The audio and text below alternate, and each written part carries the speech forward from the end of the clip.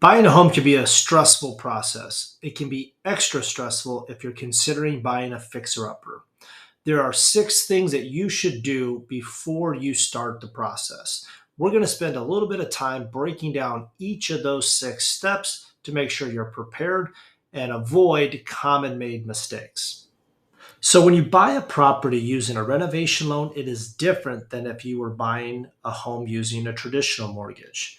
There are things that you can get away with, such as the condition of the property, that would never fly when you were using a regular mortgage. Such items could be health and safety issues. And what we're going to do today is we're going to touch upon the 6 key things you need to know to make sure that you do not fall into any mistakes that can cause problems or cost you a lot of money down the road. So, step one is going to be know before you owe.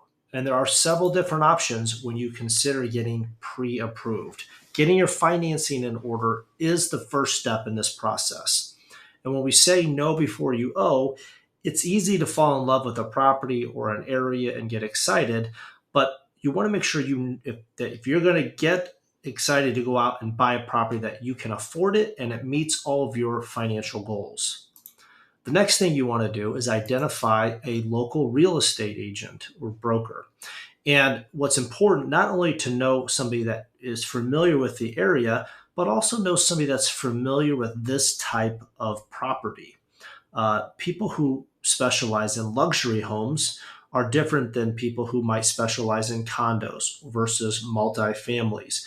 Well, renovation property or value add property is just another component. You want to find somebody who has a track record that is familiar with this type of about this type of property. The next piece is sourcing your contractor. Who's going to be the person that's going to do the work? And this is actually one of the most important pieces because not only are you leaning on that person to give you accurate numbers up front and accurate timelines up front, but you're going to be leaning heavily on them, obviously, to do the improvements to your standards and to get it done in a timely manner. So I would tell you that you want to first ask family and friends, then possibly go to social media and see if anybody has any recommendations there. Of course, your real estate agent is a great source.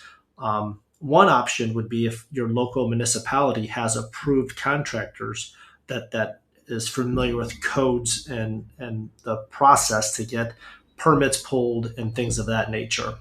And then, of course, if you really just don't have any resources that you come up with or that you like, there's always the folks who do advertisement in the areas as a viable option.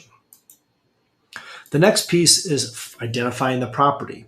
Now, the real estate broker is going to obviously help identify that, but you really need to be clear on all the variables. This is a home that you're going to be living in, that you're going to be committing to.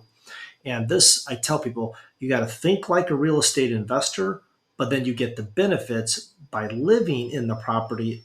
You get the benefits of a homeowner. And what does that mean? You get lower down payments and interest rates and that than of an investor, but you get to reap the benefits of what an investor does, which is not only buying a property cheap and fixing it up and creating equity in the home. And equity is the what you owe versus what it's worth. And a value add or fixer upper property creates equity in most cases. But it also allows you to design the property in a way to meet your specific needs. That could be something as simple as if somebody's handicapped or disabled, to lowering cabinets and floor entry level showers, or it could be somebody who needs a extra living space for an elderly family, or maybe an older teen that wants more privacy. The beauty of these loans is that it can be for dated and distressed properties. So the only homes that you would not typically see a renovation loan on would obviously be a new construction property. The next step is number 5, writing the offer and getting your offer accepted. Now, it's key to set the transaction up for success. And what does that mean?